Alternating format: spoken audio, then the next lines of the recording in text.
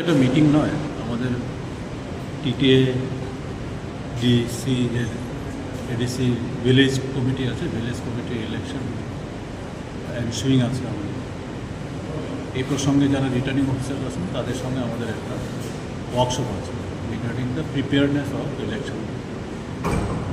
তো এই প্রসঙ্গেই আজকে রিটার্নিং অফিসার যারা আছেন, it is the BDOs of all concern blocks, তো তাদেরকে এখানে আহ্বান করা হয়েছে, তাদের ডাকা হয়েছে, তাদের প্রিপেয়ারনেস নিয়ে আলোচনা এবং কী কী করণীয়, রুলস অ্যান্ড রেগুলেশনস, অবজারভেন্স কী কী হবে তাদের, মডেল কোড অফ কন্ডাক্ট কী অবজার্ভ করবে, nomination paper how to receive, how to deal with then scrutiny nomination paper,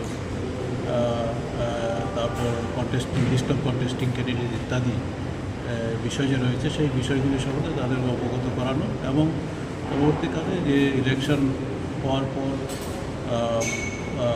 যে কাউন্টিং প্রসিডিওর আছে, কাউন্টিং প্রসিডিওর নিয়েও হয়তো আলোচনা হবে এখানে। তো আমাদের যারা রিসোর্স পার্সন ওনারা আলোচনা করবে। তো এই বিষয়ে স্টেট ইলেকশন কমিশন আজকে কনসার্ন ভিডিওদেরকে নিয়ে এখানে বসছে। স্যার আমরা স্যার চলে যাবো, আমরা 1-2 মিনিট শর্ট নিয়ে আমরা বেরিয়ে যাবো। As the State Election Commission, our principal responsibility is to